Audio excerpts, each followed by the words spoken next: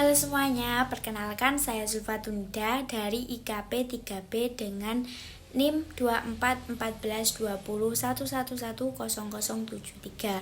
Baik, di sini saya akan menjelaskan tentang anatomi dan fisiologi sistem pernafasan. Apa sih sistem pernafasan itu? Sistem pernafasan adalah sistem tubuh yang bekerja untuk mengambil oksigen dari udara dan mengeluarkan karbon dioksida dari tubuh. Proses ini sangat penting untuk metabolisme dan kelangsungan hidup. Saluran pernafasan itu dibagi menjadi dua, yaitu saluran pernafasan atas dan saluran pernafasan bawah. Saluran pernafasan atas itu yang pertama ada hidung. Udara itu pertama kali masuk itu melalui hidung.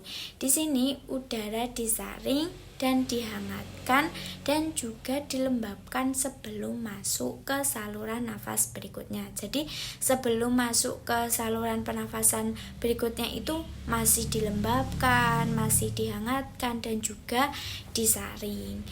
Mukosa hidung itu mengandung epitel bersilia. Silia itu rambut hidung dan sel gobet yang berfungsi menangkap debu dan kotoran. Jadi sebelum masuk ke saluran pernafasan yang paling dalam itu disaring dulu oleh silia, jadi oleh rambut hidung. Kemudian yang kedua itu ada faring. Faring merupakan jalur udara dari hidung menuju ke laring. Jadi dari tadi kan awalnya hidung masuk ke faring. Ya, kemudian menuju laring. Terbagi menjadi 3 bagian, yaitu ada nasofaring, orofaring, dan laringofaring. Pada tahap ini udara sudah hampir bebas dari debu, jadi sudah bersih. Suhunya mendekati suhu tubuh dan kelembabannya hampir 100%. Yang ketiga ada laring, tersusun dari tulang rawan seperti tiroid, kartilek, terus kemudian krikoid kartilek, epiglotis, dan pita suara. Saat menelan, epiglotis itu menutup.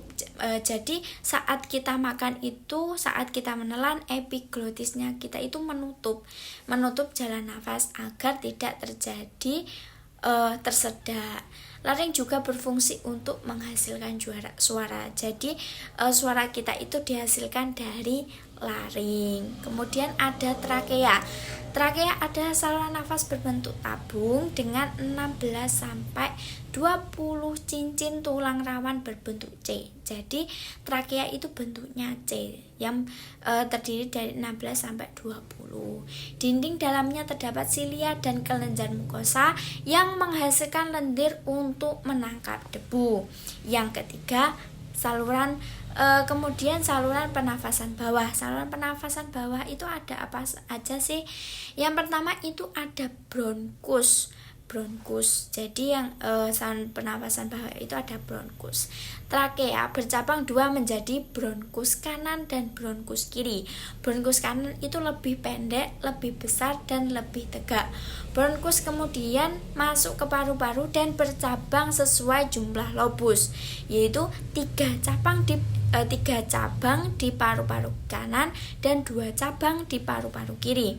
Yang kedua itu ada bronkiolus, merupakan cabang bronkiolus itu cabang dari bronkus, jadi berbentuk kecil-kecil dikelompokkan menjadi bronkus dan tidak memiliki tulang rawan. Bronkiolus terus bercabang hingga menjadi bagian paling ujung yang berbentuk ke alveoli. Yang ketiga itu ada alveolus. Alveoli itu apa sih? Alveoli adalah kantong udara kecil tempat pertukaran gas terjadi. Dinding alveoli sangat tipis dan berdampingan dengan kapiler darah. Kemudian oksigen berdifusi masuk ke darah dan karbon dioksida keluar menuju alveoli. Yang keempat itu ada paru-paru. Paru-paru adalah organ respirasi utama. Jadi organ respirasi utamanya itu paru-paru. Kemudian paru-paru kanan memiliki 3 lobus. Yang paru-paru kiri itu memiliki 2 lobus. Paru-paru dibungkus oleh pleura. Pleura menempel pada paru-paru, yang menempel pada paru-paru tadi pleura visceralis, kemudian ada pleura parietalis yang menempel pada dinding dada. Di antara keduanya dapat cavum pleura yang hampa udara sehingga paru dapat mengembang bebas. Yang kelima itu ada otot pernafasan. Jadi kita bernafas itu kalau otot pernafasannya nggak ada masalah, itu kalau bernafas kayak nggak kelihatan gitu loh. Tapi kalau kelihatan itu berarti otot pernafasannya bermasalah. Otot yang bekerja dalam pernafasan adalah yang pertama ada diafragma. Diafragma itu otot utama untuk inspirasi. Kemudian otot interkostal yang membantu pergerakan tulang rusuk. Kemudian ada otot punggung bekerja saat nafas berat. Yang keenam kita akan membahas fisiologi pernafasan. Inspirasi itu menghirup masuknya udara, jadi diafragmanya itu berkontraksi dan mendatar, rongga dada membesar dan tekanan menurun, udara itu masuk. Kemudian kalau ada inspirasi pastinya ada ekspirasi ya. Jadi inspirasi itu menghirup, ekspirasi itu mengeluarkan. Diafragma relaks dan melengkung ke atas, rongga dada mengecil, udara keluar. Pertukaran gas terjadi di alveoli. Jadi pertukaran gas itu antara oksigen dan karbon dioksida itu ada di alveoli.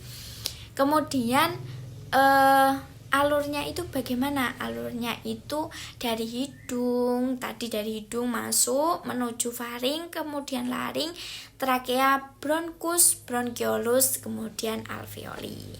Demikian penjelasan dari saya tentang anatomi fisiologi pernafasan. Terima kasih.